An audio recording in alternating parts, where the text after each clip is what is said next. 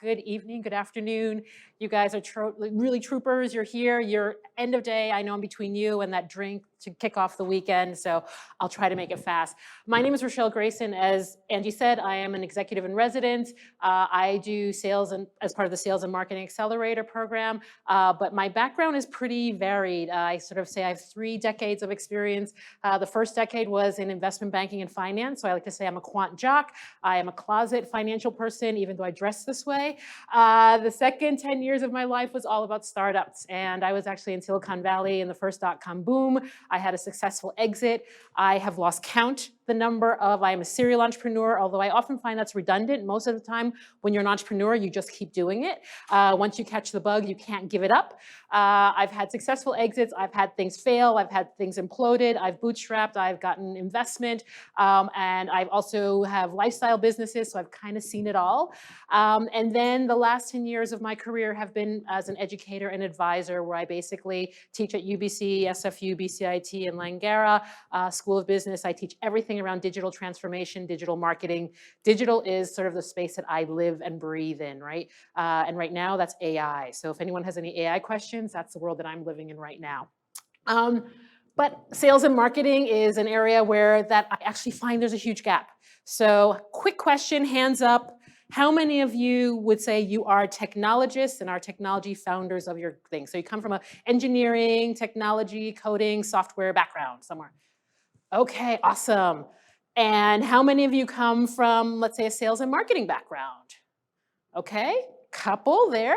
How many of you come from maybe a business background or something? Okay, we have a mix there. Okay, what am I missing? Shout it out. What did I miss? Finance. Okay, how many come from a finance background? Okay, cool. So disproportionately, we find people come from a technology background, engineering, sort of very analytical, even finance, very analytical mindset, right? Marketing isn't necessarily that analytical. We're dealing with people. People are unpredictable, right? So sometimes it's really hard for founders to understand this, and often they will focus on their product because that's what they can control, but they don't actually understand that you got to convince people to actually buy it and buy your product or your services. So today we're going to talk about that. So I'm going to do the parts around marketing. Peter, who is my partner, I would say he's my business husband. He is not my real husband, but we spend a lot of time together. Basically, he's going to do all the sales pieces. So let's go here. There we go. Agenda. I'm going to kick off with lead generation. So lead generation is an area that marketing is really, many people are like, how do I get people to come to me? How do I get people to basically inbound? So I'm going to talk about a lead generation framework, which starts with marketing, but it actually ends with sales. And so those two need to come together. Then, closer. Okay. I hate standing behind podiums. Okay, types of models that we're going to talk about. So Peter's going to talk about sales and go-to-market models, sales functions and roles, key elements of the sales process, and then sort of additional tips, Q&A. So let's get started. Lead generation framework. I'm going to walk you through this framework, and this is something that I use with a lot of my clients. It's really important, and we're going to talk about each one of these separately. Okay, I need to pull this forward because this is going to be really frustrating. That might be a little better. Like you said, Angie, it is. Okay, first thing, every marketer, every class I teach, if you hear me say it once, you will hear me say it 1,000,000 times. Who is your target audience? Now, most people say, oh, I know my target audience. Well, I'm going to make sure that you do. We're going to talk about that in more detail, because most of the time, you don't. Most of the time, it's not specific enough. Next thing is setting goals and objectives. Before we start doing any kind of marketing, I always say it's like a marathon, or it's like a race. If you don't know what the finish line is, how do you know you've succeeded? And you need to set that up in advance. If I said, go run, just go run. Most of us, well, to where? Why? Again, what are your goals and objectives? What is it you want to achieve? The next thing is, okay, I have like laser. Okay, we're going to talk a little bit about developing content. This is the area where most people I hear are like, Rochelle, I don't have time. I'm so busy doing everything else. I need to figure out, how do I do blog posts? How do I do da-da-da? Well, we're going to talk a little bit about that, and I'm going to tell you that ChatGPT is going to be your friend in marketing. It is literally changing the world in terms of marketing workflows. I'm going to talk about it today. If you want more information, we can have it afterwards, because this is an introduction. The next thing is nurture those leads. So again, after you basically get them with your content, how do we nurture them? And that's starting to get into the sales piece. So I'm going to start with that, but Peter's going to follow up with that a lot more. Then we're going to get customer referrals. This is something a lot of people forget about. Referrals, believe it or not, referrals are probably the best way to get more stuff, to get more customers. It's easier word of mouth. How many of you will believe what I say versus someone you know, a friend, even someone in this room who you just met today? You'll believe them before you believe any other company, advertisement, or anything like that. So again, how do we get referrals to basically go back to the beginning of it and really, I always say, rinse, repeat. We start again and we look at, are we getting the people we want? Does that actually match our target audience? Do we need to change that? So we want to basically keep evaluating this. This is iterative. I'm sure you've heard agile all day today, but really is something that you're going to go over and over again. So that's the framework. I'm going to talk now about each one of these very briefly, and then I'll get to Peter. So define your target audience, market segmentation. This is something that a lot of marketers do, segmenting your market, segmenting your audience. I'm sure today you've heard about TAM, SAM, SOM, all these wonderful things, but who is it that you are actually targeting, right?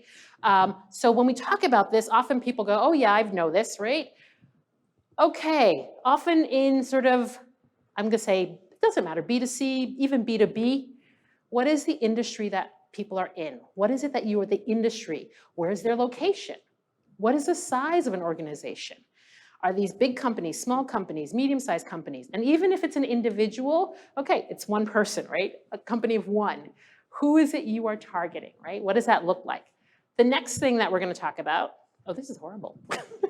When we look at organizations, revenues or net profit, right? That might be something, or number of employees. So I hear people saying, we target companies. Wrong answer, right? What kind of companies? What size? Big companies and small companies operate completely differently. So if you're going after small businesses, that's not the way you approach someone who has 10,000 employees. Doesn't work. So marketing is going to be very different at those levels. Next thing we're going to talk about are transactions. How many transactions do they have? Do they do this every day?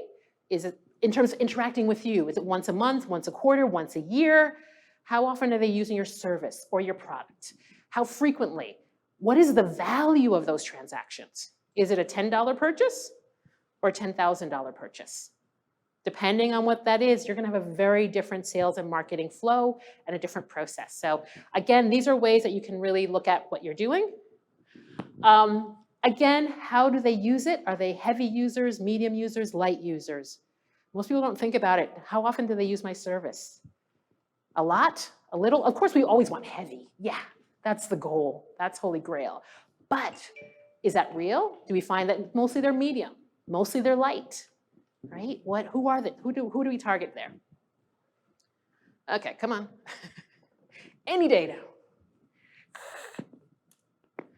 Okay, how long have they been in business? Time in business. Are they new? Do you target startups? Do you target companies that have been around for 5 to 10 years?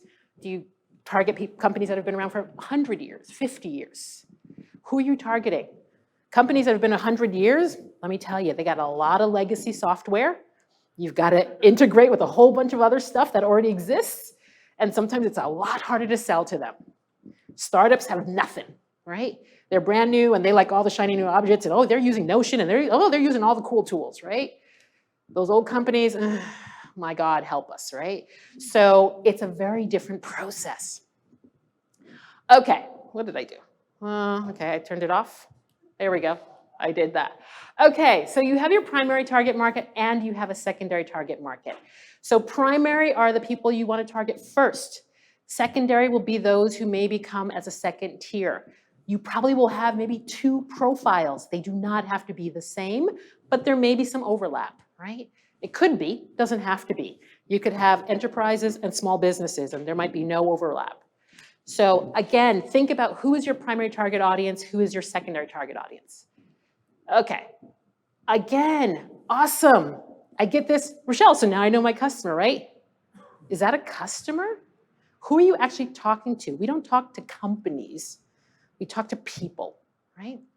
So within those organizations, who is actually your customer, right? Who is it that's a decision maker? You've probably heard about economic buyers today. So again, who is your customer? And hopefully this is based on real research. So again, I'm sure a lot of you have heard of maybe personas, profiles. Some people are like, oh, I think they don't make a whole lot of sense. The exercise does. Maybe come up with a fictitious name and a photo. Who are they? What do they look like? Literally, just so you know, as a marketer, I've worked with clients where we have created profiles that match the name of someone's daughter or someone's son, because we know that profile will actually be more, they'll have an emotional appeal to it versus a name that's just like generic, like Jane or John, right? So profiles give people a sense of who they're really targeting. What is their position? What is their title? What is their job experience? Are they new to that position? Have they been there for a long time? Are they just trying to do something else? What does that look like in terms of who is that person? When I go to LinkedIn and you tell me who they are, can I look through my network and get you leads? If I can't do that, you're not helping me sell what you do, right? So help me sell what you do. Then the next thing, what is their personality type? Are they extroverted? So does that mean you're going to do a lot of networking and find them? Or are they very introverted and you're going to have a hard time figuring out how to engage with them? Are they excited? Are they not excited? What information do you know about them? The other thing, so introvert, extrovert, right brain, left brain. So that's that sort of analytical. Are they more creative? Are they optimistic? Or are they very pessimistic and very skeptical? And you're going to have to convince them about what they do. Knowing, like, you're going, Rochelle, this is a lot of information. Yes, yes, it is. But this is the research you need to do. And when you do this, then we can actually work and soar and do some amazing things around the marketing piece. Okay, what are their online behaviors? Where do they live? Where do they get information? We live in a digital world now. Are they on TikTok? Or are they on LinkedIn? Or is there a special forum, industry forum? Where do they live, right? Where do they get that information that they're going to make decisions on? Okay, this is not helping. I'm just going to go through the whole thing. Makes it easier. Big thing, what are their pain points and challenges, right? And when I say pain points and challenges, what are their pain points and challenges? Not what you think they are. Have you actually talked to them? Do you know what their pains are? Do you know what those challenges are? What are they trying to achieve, and how can you help them achieve that? And then what are some of their objections? Often build or buy, meaning, especially in the enterprise side, are they going to build it or are they going to buy it from you? What's cheaper? Depends, right? What kind of budget do they have?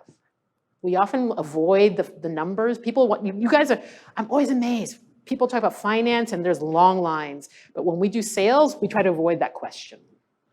Get it out there. Is there a budget? Are they going to say, I don't have the budget? Or are they going to say, not now? How many times have you heard not now?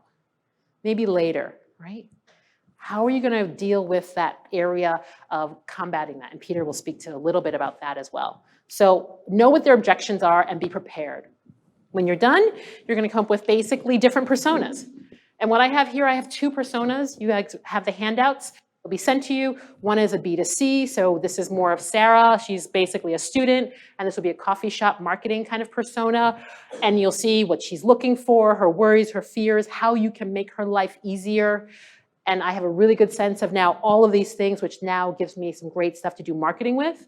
But basically on the right side, what you have is a B2B persona.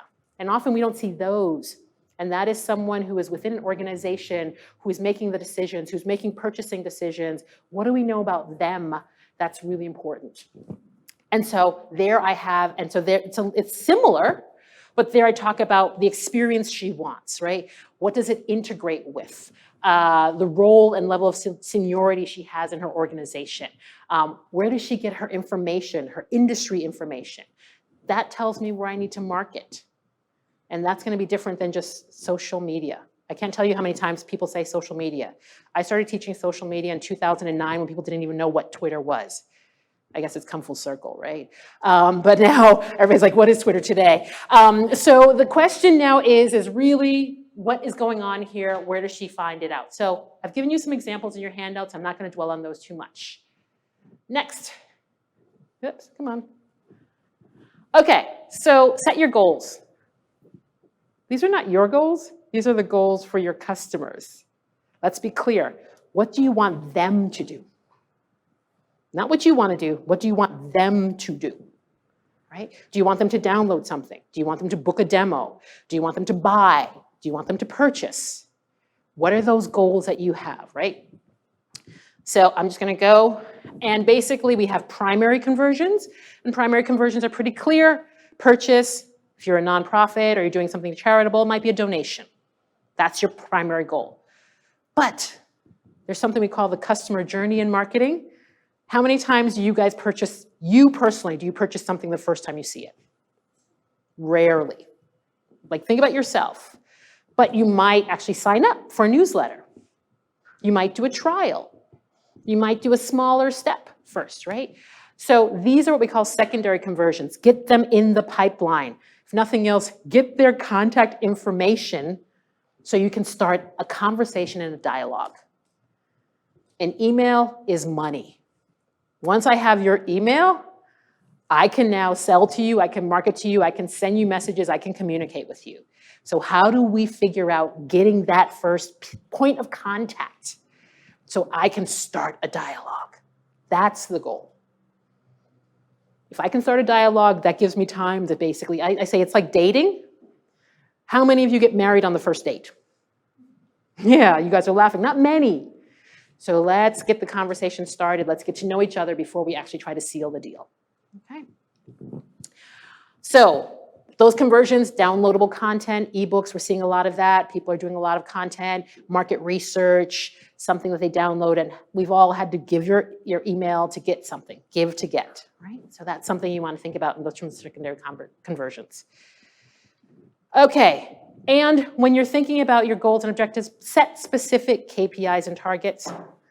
I've often had people say, oh yeah, we want them to download some content. And how much? When? What's a date? What's a due date? Well, how much? Like when? Like, okay, that's great.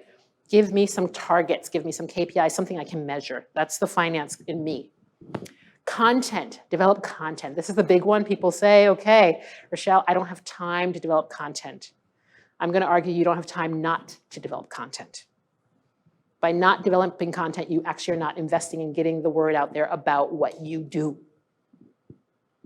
Very, very, very few products sell themselves.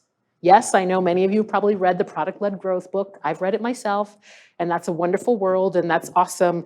I can tell you how many companies have tried to do that and not been successful. So you still are going to have to do some marketing. Lead magnets. How many people know what a lead magnet is? Anyone know what a lead magnet? Okay. So a lead magnet is literally that piece of content that gets people to give you their email address, whatever that is.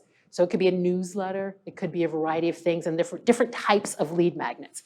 So I'm going to go through here. I'm just going to do this because this is getting on my nerves. Normally I would do it differently. But you have educational lead magnets. So those are things that teach people something.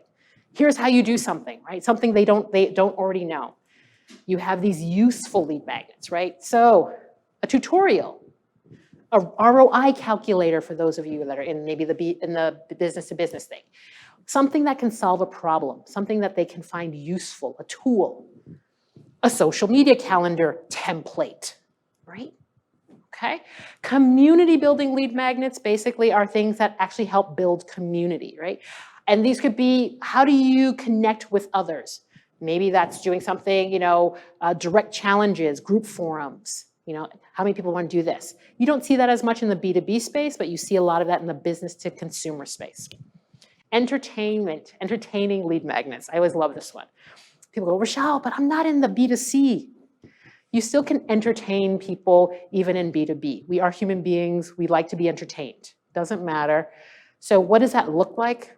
Well, are you, let's say, are you an Oracle person or an SAP person? in terms of the databases you use. That's very enterprisey. That's not small business, but it could be a cute little quiz that you have, right? What kind of personality traits do you have? Bottom of funnel lead magnets. So if we think of the funnel, people come in at the top, they're aware of your product or your service, and then they convert at the bottom. How do you push customers to convert? And a lot of that is around scarcity. Scarcity happens a lot, and these are basically a free trial, discount codes, limitations, right? Get this for now over the next 24 hours, getting them to actually do something. So we see a lot of these lead magnets where you're trying to get them to commit very quickly, and so those are the things that you want to think about.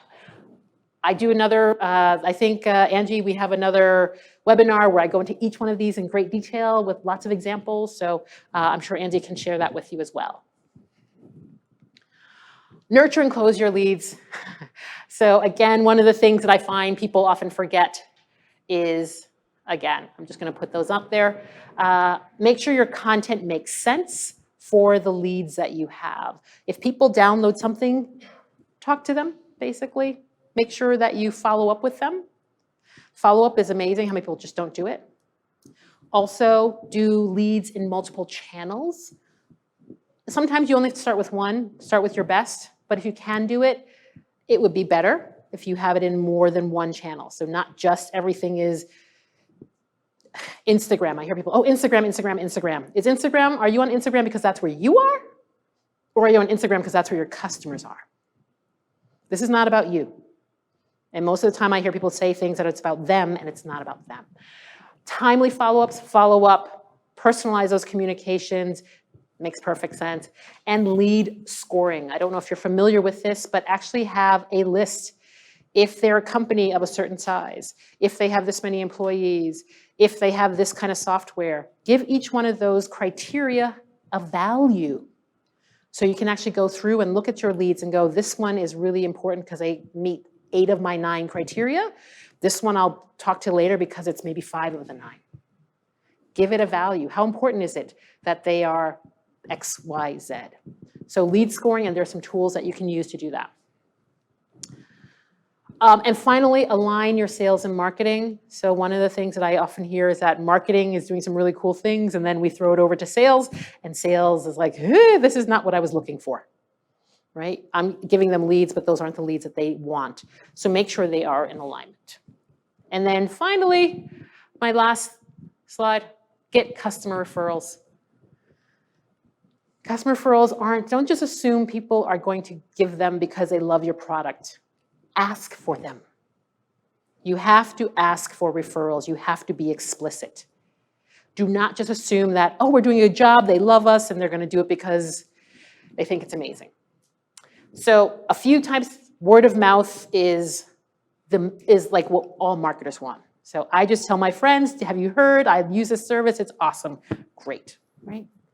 But then there are also, quite honestly, how many times have you gone to Amazon or Yelp and you read reviews from somebody you don't even know, but that influences your decision, right? So reviews and testimonials are huge. I remember one time I went to a hairdresser who cut my hair, and she basically said, I don't want a tip, give me a review. A review was worth more to her than $10 or $20 or whatever, because the review gave her more customers, right? So don't, like reviews and testimonials. Social recommendations and sharing. So basically, again, share this with your network. We've all seen it. Make sure it makes sense and it's the right network. Email referrals. Again, ask them to share this with their friends. How many times have we gotten a good newsletter? When was the last time you actually sent a newsletter to someone else because they don't ask us to do that? Say, hey, the top of the email, share this with someone else. And then incentive-based referrals. So let me talk about this. A lot of people are like, oh, I'll give them 5% and then I'll give that person 5% and that'll get me more referrals. Maybe. Are your customers driven by money? I worked for one company and they were actually in the cannabis industry. They had a percentage-based referral system and nobody wanted to use it because it made them feel kind of slimy. No, I'm serious. They didn't want their friends to think that the reason they were referring them was because they were getting a kickback. Does that kind of feel about right? So instead, what they said was, if you make a referral, we will donate something to a cannabis sort of, someone who's dealing with sort of cannabis and substance abuse stuff. Oh, that one worked really well because then people felt like I look really responsible, right? So understand what drives your customers and your target audience. It is not always money or a percentage off. Make sure it is in alignment with their values, because that is the biggest thing. People think, oh, it also you might be leaving money on the table. Like, why are you giving discounts when people don't really care about discounts? Question. Oh, hold on, Mike.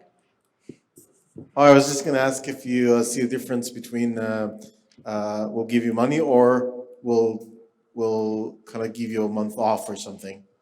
So definitely money is probably the most crass sort of thing, but even a discount, are you actually recommending it to someone because you are getting a benefit, right? And so if that ever gets found out by your friends, like, is that why you told me to use this one? Because you're getting a kickback. So, and I'm being pretty blunt about it. It's not always, but there could be a perception that the reason I'm recommending this is because I, Rochelle, am getting a kickback, right? And so that's an area you want to sort of test. I'm not saying it's wrong, but test it. And that's usually people's first go-to when they think about incentive referrals, is that. And I would say try all the other stuff first, if you can. I gotta go, but yes, okay, yes. So if you're giving the incentive to the person that they're referring, do you find that that's more effective? Is that a social equity kind of? It definitely, if the person I'm referring, so just to be clear, repeating what you said, if I'm referring something to someone else and they get a discount, but I do not, there is benefit to them doing that. That definitely is less sleazy, less, you're getting less of a benefit. So yes, those work really well. But again, the question is that the reason people are signing up because your pricing is wrong? Or are they signing up because the person who gave them the reference says this is really good? So sometimes it's like, you might want to test it. I always like A/B testing and see which one does that actually make a difference. Because it might not be the discount, but just Rochelle telling you, hey, I've tried them all, this is the one you need to go with. That sometimes is enough, yes. Oh, hold on, sorry. Do you want to do more questions now? No, okay, Peter has to go, so Yeah. hold the question, write it down. Write it down right now, write it down. There you go, Yeah, I've okay. got some online questions, but I'll save them. Okay, okay. So basically that's a lead generation framework. Obviously I could talk for hours about this, but I want to make sure that I'm not keeping Peter from getting his moment in the sun. So I will now pass it over to Peter, who is my partner, and then afterwards, what I'll do is I'll be here for questions, and I'll be here afterwards if anyone has any questions after that as well. If you have, I'll just do this right now, anything specific you want to ask me, my email is rochelle@rochelle.ca. If you know how to spell my name, that's pretty easy to find me. So rochelle@rochelle.ca, you can always do that as well. Okay, Peter, I will, here we go. Okay, great, thanks. Oh, you're on. Am I on? I think I'm on. You're on, Okay. okay, good luck. Terrific. This thing doesn't obviously work very well, so maybe I should just throw it out the window and push the button, but I'm going to bring this over here just in case. So thank you, Rochelle. And I would say, as far as reviews and recommendation, I highly recommend Rochelle. So she's got lots of great resources online, so I really recommend you take a look at everything that she's produced. And there's no one, she hasn't given me any incentives to say that, other than I work with her regularly. So I know that I'm the last guy here standing between you and dinner or a drink or a nap or whatever it is you might need, maybe all of the above. So I'll try to power through this as quickly as I can, and then we're going to do some Q&A after. So working with startups, it's interesting. The one thing that comes up a lot is, hey, what's the best type of funding that I can get? That's what I know there was a talk earlier today about funding. And so, should I fund the business myself as a founder? Should I look at family or friends? Should I talk to angels? Should I think about private equity or venture capital? But really the best form of funding is actually customers. So as you can sell your solution to your customers, it's non-dilutive, they don't ask for equity, so it's really the best form of funding that you can do. So that's, in order to do that, you need to kind of think a little bit about what your sales process is gonna be.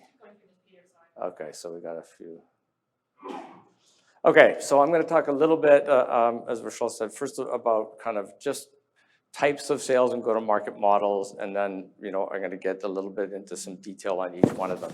So there's really kind of three core ones. There's probably some other peripheral ones, but it's mainly kind of a product or marketing-led sales model, which is really kind of lower, no touch, oftentimes with, lower value solutions, simpler solutions. The other one is a direct sales model, which is much higher touch, where you have a salesperson directly engaging, doing demos, presentations, negotiating, pricing, et cetera. And then you also have channel and partner-led sales, which is really an important consideration. And these aren't mutually exclusive. You can actually, in a single organization, actually deploy all three of them. So I'm just gonna talk a little bit about each one of them. The thing that's important, though, as you're thinking about which one of these you're gonna deploy, is to make sure that your solution or your service is aligned with the go-to-market model that you choose. So for instance, if you have a very low-priced solution, it probably doesn't make sense to have a high-touch sales model, because it's just not gonna be efficient. A sales guy can't talk to enough people to really make it efficient, to pay him what he's gonna require. On the other hand, if you have a very complex and relatively high-value solution, it may be difficult to do that through a lower no-touch model. So you really need to think about whether your pricing and the way you package your solution, does it support your go-to-market model? The other thing to think about is your go-to-market model aligned with the way your customers like to buy or traditionally buy? And that could be also the way, you need to think a bit about the overall market and also how your competition sell. And so an example, I work with a company that does industrial electrical products, and that particular industry works through a kind of a very well-defined distribution model of agents and distributors. And so if you were to say, well, I'm gonna bring a industrial electrical product to market and I wanna do it through an e-commerce model, you might have difficulty with that, because the customers are used to going to their agent to get all their solutions, or going through a specific distributor. Oftentimes they're looking for buying a whole bunch of different components to build a single solution. Now, it is possible to disrupt an existing model. So if you look at what Netflix has done with entertainment, or what Carvana is trying to do with cars, even Tesla to some extent, they've disrupted an existing kind of market and go-to-market model. But it usually costs a lot to do that. So it oftentimes doesn't make sense to try to do that. The other thing is, as you think about your go-to-market model, you may decide to do something with the solution where, rather than trying to sell like a bundle of a whole bunch of capabilities, you could sell one in at a lower cost and then do what we call land and expand. So you get that customer, then you expand, selling additional capabilities, or maybe selling into one department and then, going broader within that customer. So that's also kind of a type of go-to-market model, which might allow you to deploy both kind of a low-touch and high-touch model. And then the other thing is think about whether a channel or partner model makes sense. Because oftentimes, and I'll talk a little bit about what some of the benefits are of channel models, oftentimes it can at least supplement, excuse me, what you're doing. Excuse me, I'm gonna have to grab some water here. So I'm just gonna actually quickly grab some water.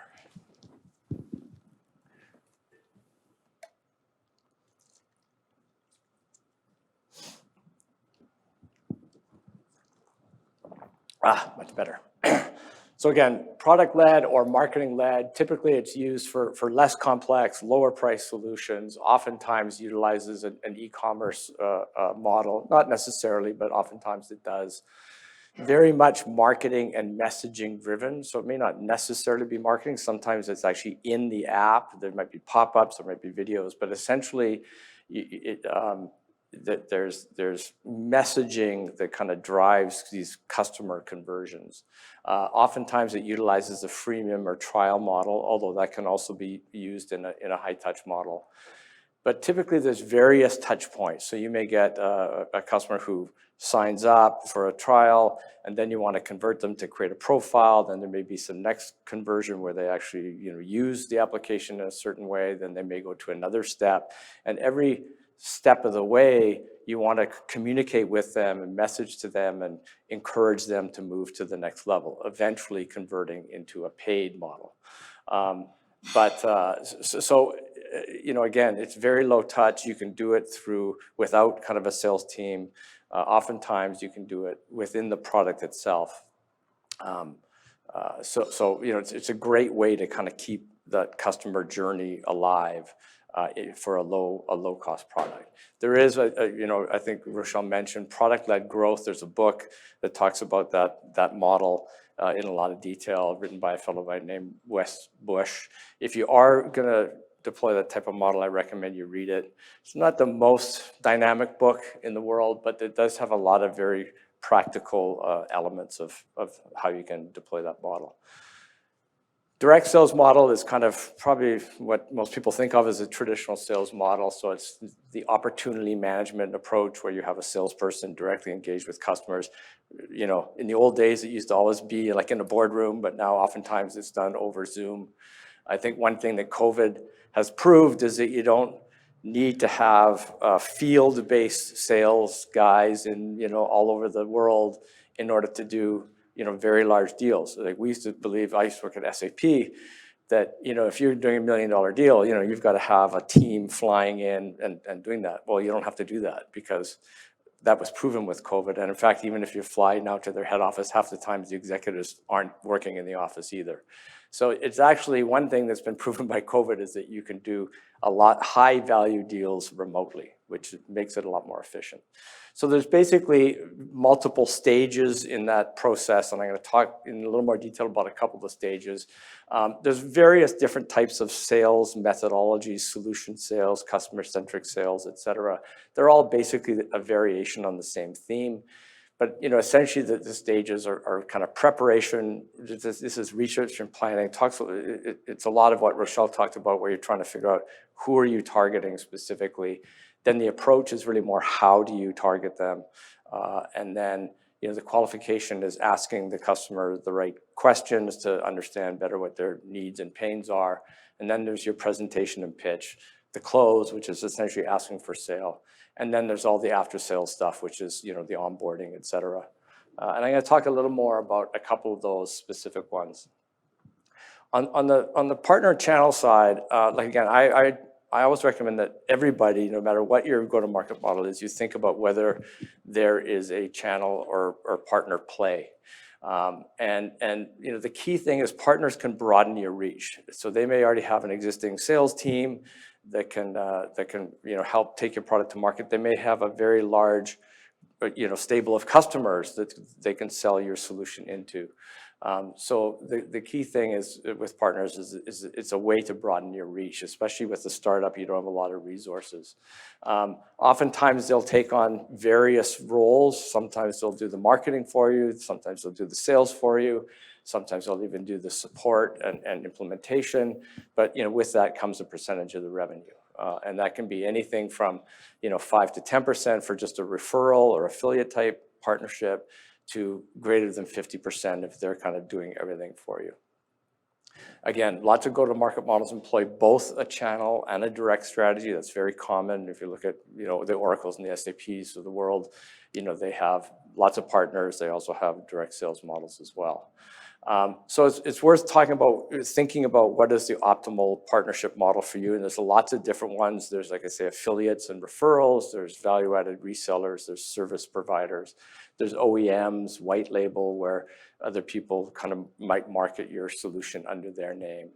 The key thing to think about, it's easy to think about why you might want to partner with a big organization. Maybe they have a large stable of customers you want to sell into. The key thing to think about is what's in it for them. So if you're trying to develop a partnership, really think about why would they be interested in partnering with you. So you need to be bringing some value to them as well. And also for their salespeople, if it's a direct sales model, their salespeople probably need to be compensated for your solution, or they're just not going to bother. If you are entering into a partnership, I always recommend that you avoid exclusive arrangements if possible. Some partners will want you to be the exclusive, or they will want to be the exclusive provider. I don't recommend it, and there's lots of ways to avoid that. And the reason being is that despite best intentions, some partnerships don't work out, and if you've entered into an exclusive arrangement, then that's an opportunity cost where you may not be able to, find another partner or whatever. So try to avoid exclusivity. So as it comes to sales-related roles, Rochelle talked a lot about lead generation, so that is a core part. These are really more revenue-related or revenue generation-related roles. So lead generation is a big part of it. Lead development is another one where you're taking those leads and qualifying them to maybe get them to the next stage where a salesperson might directly engage with the customer. Then there's that traditional opportunity management that you might think of kind of a traditional salesperson. And then of course there's the after sales aspects. So the interesting thing is in the past, like a sales team or a salesperson would do all of those. They would do the lead generation, they would do the lead qualification. Oftentimes they would even do the after sales service and support. But today, those roles are much more specialized. So oftentimes you'll have marketing will do the lead generation. You might have a business development manager who's doing the lead qualification. You'd have a professional salesperson who's doing the actual opportunity management.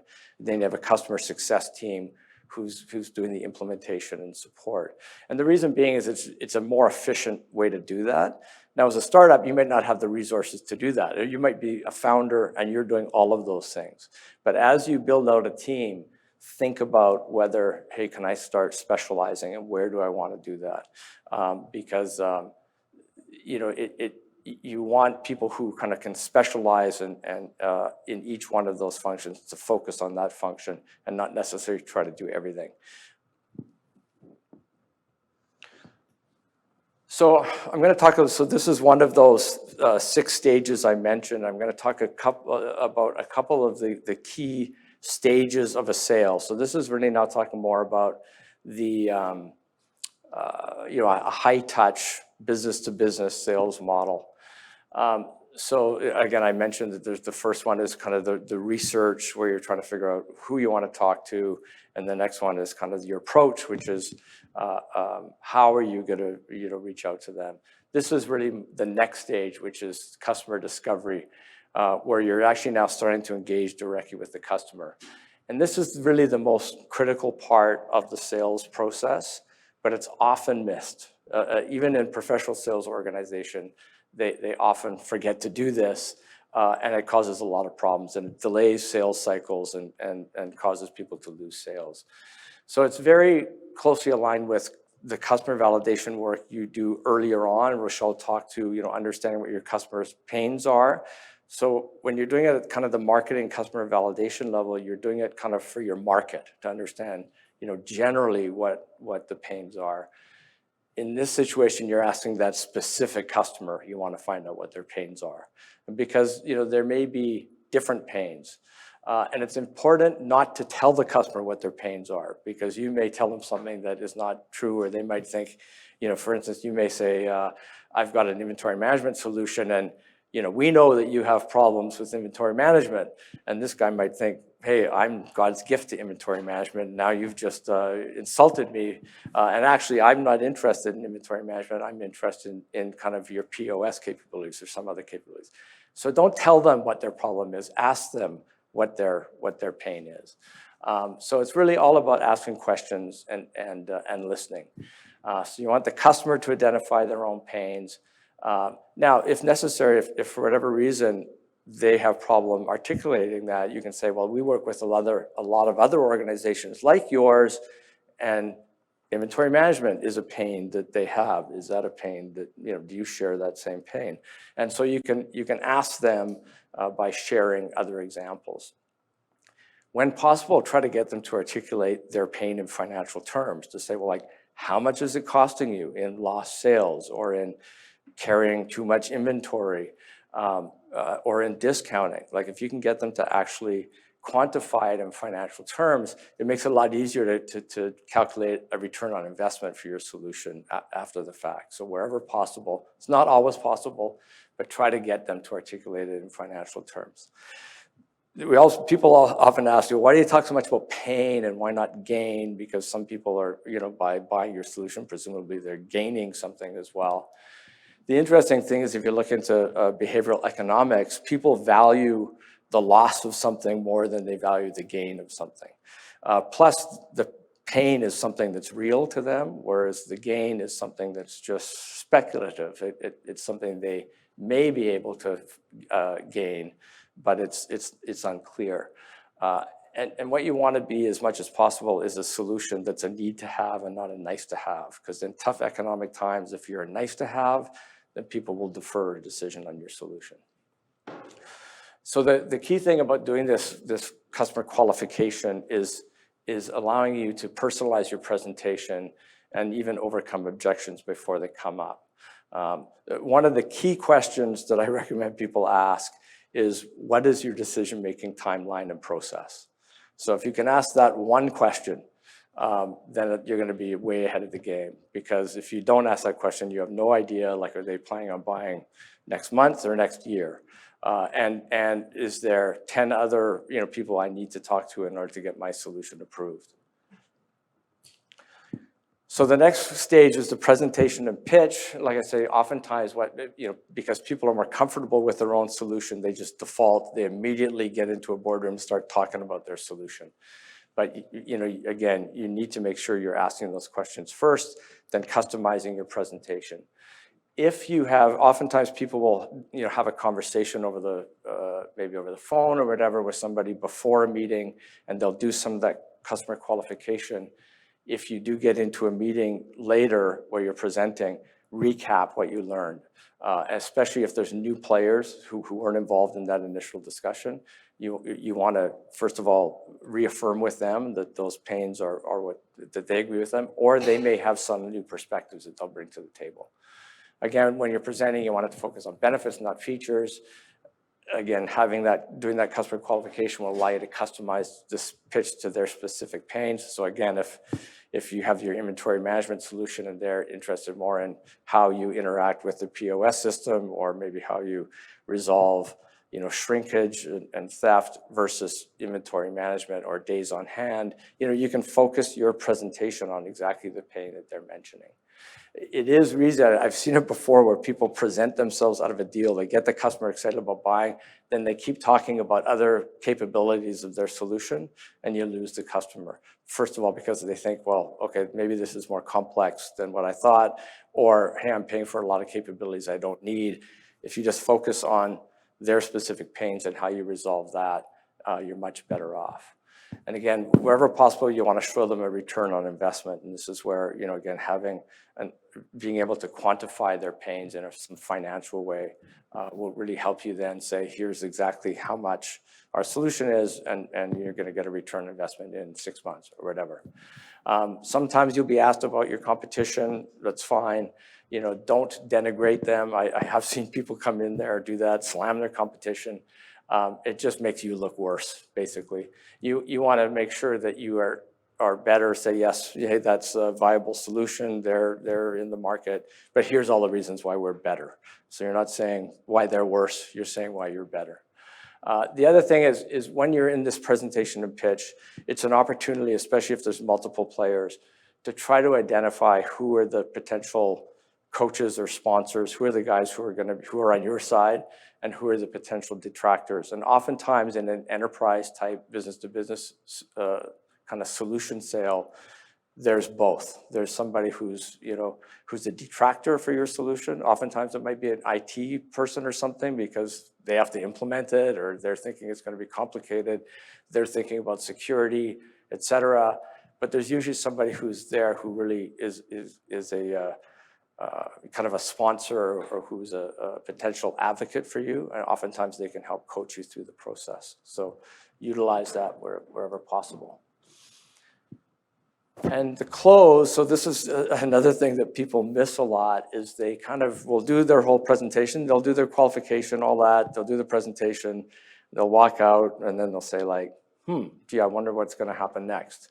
Because they've never asked what's your decision-making time frame, what's your decision-making process. So the best thing is to just ask for the sale. Ask them if you have shown how your solution helps address their problems, their pains, or whether you have demonstrated how they will achieve an ROI by implementing your solution. So sometimes you're going to come up with objections. People say, well, hey, here's some reason why I don't know if your solution is going to work. Usually those are, it should be an indicator to you that you missed something in qualification. Because if there's if some objection comes up, it's probably there was probably a question you could have asked to have understood that earlier, and maybe then addressed it in your presentation. So again, as much as possible, you want to address them in advance before they come up. Understand that the default decision is usually to defer. People don't like to make decisions right away. But again, understanding what their decision-making timeline and process is, you can then kind of help move them along to a decision. Bad news early versus bad news late. So that's just a comment that you could have a situation. I've seen this happen before where you're selling a software solution, and at the very end, after a 6-month sales cycle, they say, well, hey, we're not going to go with you because you guys don't integrate with SAP, and my competition does. So that's a question you could have asked right up front. How important is integrations to you, and which of the solutions you need to integrate to? If you get that news early, it's good news, right? Because then you can either adapt, you can say, hey, we can create an integration for you, or you're not going to spend 6 months in a sales cycle dealing with a customer who's never going to buy. So you really want to ask those questions and get all that bad news early. If you get that bad news late, it's just bad news. Unfortunately, it's not going to help your sale. The other thing that's interesting is oftentimes there are hidden or unstated objections. And one such objection is that, hey, we just don't like buying from startups. You're a small company, you're a startup, so we'd rather buy from IBM or Oracle or some large company. So realize that might be a potential objection, and the people are probably not going to come out and say that, but they might be thinking about it. So one way to overcome that is to really talk about, again, if first of all, your customers. If you have other existing customers, you can point to them, so that gives you credibility. Might be your experience in the field. Could be something that gives you credibility. You may be advisors you've worked with. Could be other partners you have. So if you're partnering with a large organization like an IBM or an SAP, that helps bring you credibility. So what you need to do is make sure that those types of things that can increase your kind of perceived credibility, that you cover those in your presentation. And that will help address that unstated objection. When you're negotiating, especially on price, the first thing you want to do if somebody's asking you for a discount or saying, hey, like it's just too expensive, the first thing you want to do is just stress the value that you deliver and the return on investment that they're going to achieve with your solution before you start, like reducing pricing or giving away free months or whatever. But oftentimes it does happen. Discounting is a reality, especially in kind of enterprise business-to-business sales. If you are going to provide a discount, you should employ what I call a give to get, where you say, hey, I will give you this discount, but I need something from you in return. And oftentimes that might just be a reference or a case study, so it doesn't cost them anything, but can add a lot of value and credibility to you. So never kind of give a discount or some additional benefit without trying to get something back. And also employ this if then. So if somebody's saying, well, if you can do it can you do it for $50,000 or something? Then I would say, well, if we could do it with $50,000, do I have your commitment that we're going to move forward? Because you don't want to say, okay, we can do that, and then you still have no commitment to move forward. So you always want to use it if then. So I'm on my last slide, and then we'll just open it up for questions. So the other thing, just some additional tips. Even if you're doing a low-touch sales model where you're trying to kind of avoid having salespeople engage directly with the customer, it's good to employ a high-touch model in the early days. So even if you have a product that sells for $12, you want to talk directly to customers and hear what they have to say, why they like your product, why they don't like your product, because that's kind of that early customer validation that's going to help you refine your product-led strategy and your marketing, your messaging, et cetera. So always employ a high touch, even though it's not efficient, a high touch model in the early stages. As much as possible, especially business to business and large enterprise, understand what their vision, mission, values, all that stuff is. Oftentimes it's stated, especially in large enterprises, right on their website. If not, the letter to the shareholder for a public company is great. It really tells you what is their key focus and priorities for the year. Again, one thing is to understand, are there some compelling events? So they might be doing a big conference. Fiscal year budgets might be something that could either help accelerate a deal because they need to use up some funding, or it might delay a deal because they don't have the funding. They have to wait till the next budget is approved, which could be 6 months from now. So understanding those types of things are important. Again, providing pricing, whenever you provide pricing, even if you're just doing a formal proposal, if you're always make it time bound. Like never have an open pricing. Just say, hey, we're giving you this price. It's $50,000 and it's guaranteed until June 15th or whatever. If anything, if they might say, well, why, June 15th, what happens then it's an opportunity to have a discussion about what's their decision-making time frame. Well, if June 15th doesn't work, what does work for you? Like what's a better time frame? Because we can't guarantee our pricing, the markets change, et cetera. But if you're interested, if your decision-making time frame is July 1st, maybe we can talk about a sequence of events of how we make that happen, and we'll keep that pricing open till that date. But now you've entered into a discussion about a timeline, which is really important in sales.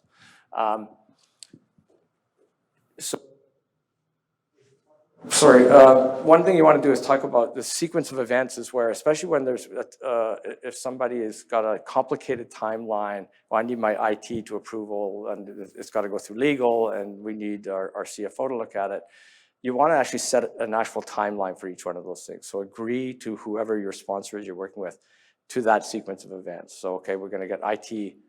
Who's the guy in IT we're going to talk to? When are we going to talk to him? You actually try to schedule that out so that you know if the deal is moving forward or not moving forward. The other thing that I see a lot is when people do a pilot or a proof of concept, but they haven't really defined what those proof points are. So if you're doing a pilot, it should be very clearly stated, what is it you're trying to prove? What does success look like? And hopefully even have some kind of a memorandum of understanding that if you do prove those, that they're intending to go forward. It's a non-contractual commitment, but it's still a bit of a commitment. But never enter into a pilot or POC without being totally clear what's being proven. Again, same with the customer requires an extended trial, whatever, then that's an opportunity to say, okay, we can do that, but let's, you can employ a give to get or a sequence of events, say, okay, what are the next steps? Why do you need to extend it? Is it because your IT guy's away? Okay, great, let's make sure we schedule when that's gonna happen. One thing, I talked a little bit about ROI. You can do what's called an ROI calculator, which is essentially just an Excel spreadsheet, but a lot of times people put them on their website. And it's a great tool for customers to go in. They can enter some of their own data and understand how by buying your solution, they're going to save money or make money or whatever. Use analytics. Hopefully, you're going to use, at some point, you should be deploying a CRM system. It's not necessary to do it in the early stages, but eventually you should. It allows you to get really good insight into your metrics and helps you identify gaps. So those kind of analytics are great. And then I really recommend that you do kind of a post-mortem on both wins and losses. A lot of people only look at why we lost a deal, don't really look at why they won the deal. And oftentimes that's what you want to replicate, what you want to share within your organization.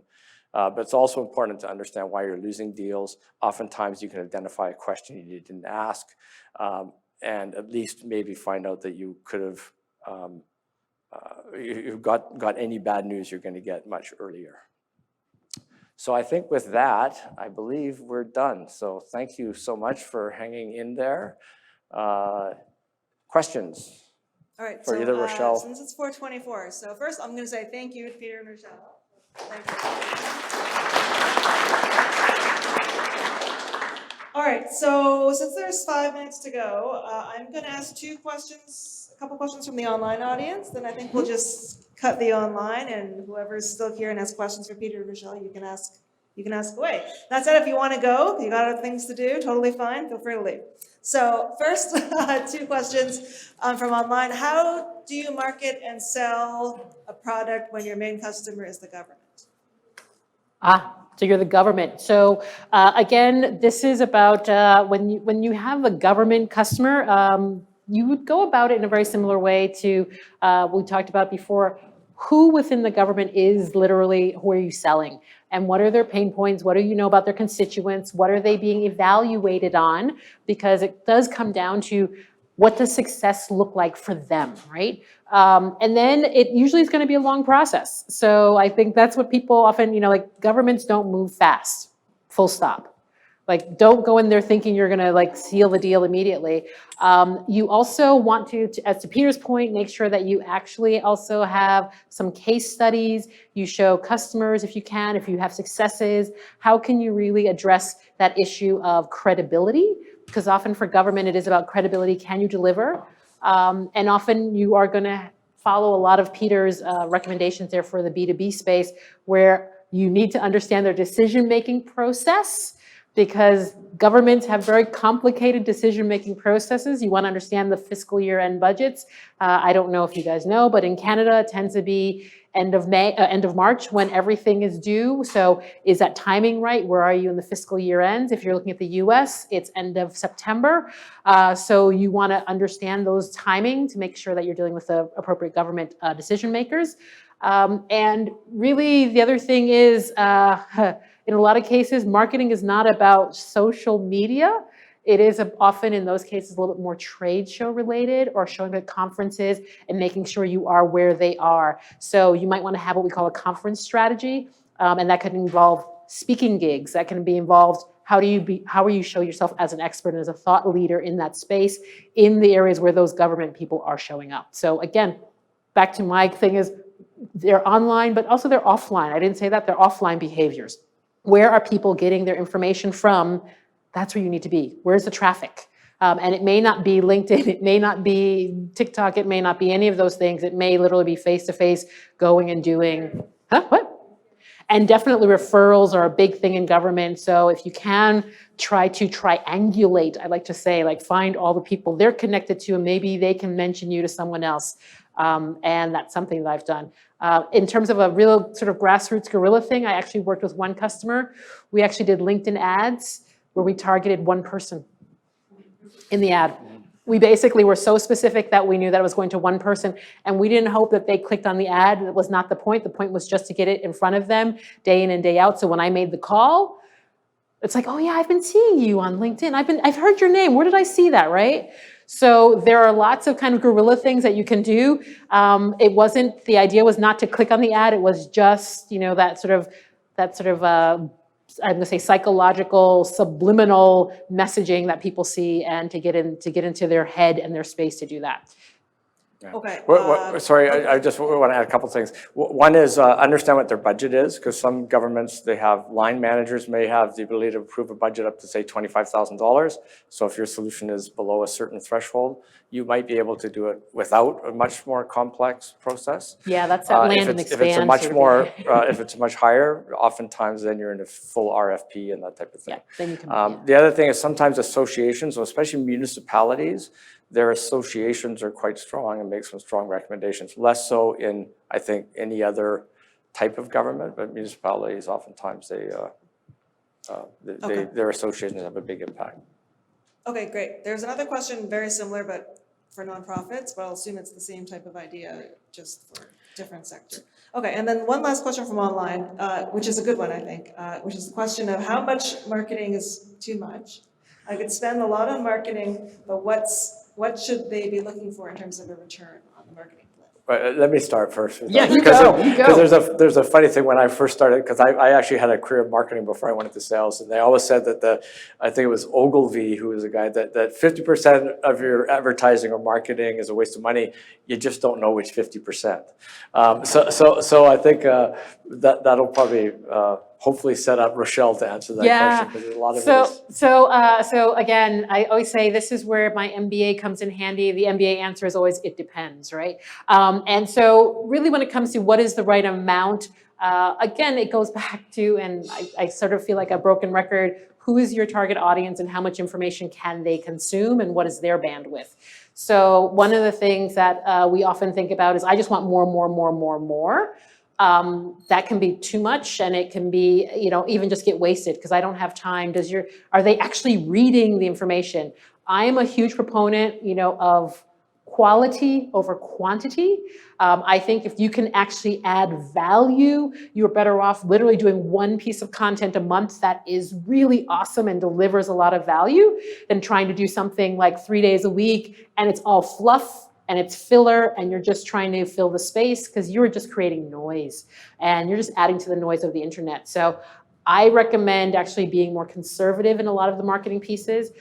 You can always ramp up, you can always add more, but there's also stress if it's like, I'm committed to doing everything. Every day I'm gonna do a marketing piece.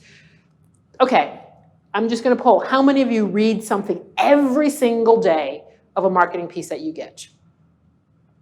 No hands, okay? So none of us do this, so why do you think other people do it? Right? Like we do these things thinking like, oh, this is so great, but think of yourself. Literally Fridays come and I'm like catching up on the whole week, right? That's Rochelle's thing. It's like all the stuff I've missed because I didn't really have time to read it sort of in real time. So if I have 10 things from you that came in, or even 7 things that came in from you over the week, do you think I'm gonna read all 7? No, I'm probably gonna basically archive all of that in my either inbox, or if I might not be on social media, I might miss it altogether, right? So know your audience, know when they're online, know when they are actually doing things. And anyone who tells you the best time to post on social media is Friday at 2 p.m., wrong answer. Again, what about your audience? Is your audience mothers who have kids and they're busy all day and they don't basically go and check their email until 8 o'clock when the kids are in bed? That's the best time to post for them. Or is it an executive who's busy all day and the best time to post for them is gonna be 6 a.m., 7 a.m. when they're like checking things first thing in the morning before they start their day? And this is where you also have to ask and talk to your customers. People are always asking me, what's the silver bullet? But it's largely, have you talked to people and said, what do you read? When do you read it? What are your habits? What are your behaviors? If you don't know that information, you haven't done your homework and you're guessing and you're wasting money. Okay, thank you. Yeah, So I would just say it's yeah. also, this is where marketing analytics make Yeah. a lot of sense, where you can really understand what's your conversions, because it'll tell you, your analytics will tell you when have hit the kind of the ceiling and then it doesn't make sense to spend any more because your conversions are starting to reduce.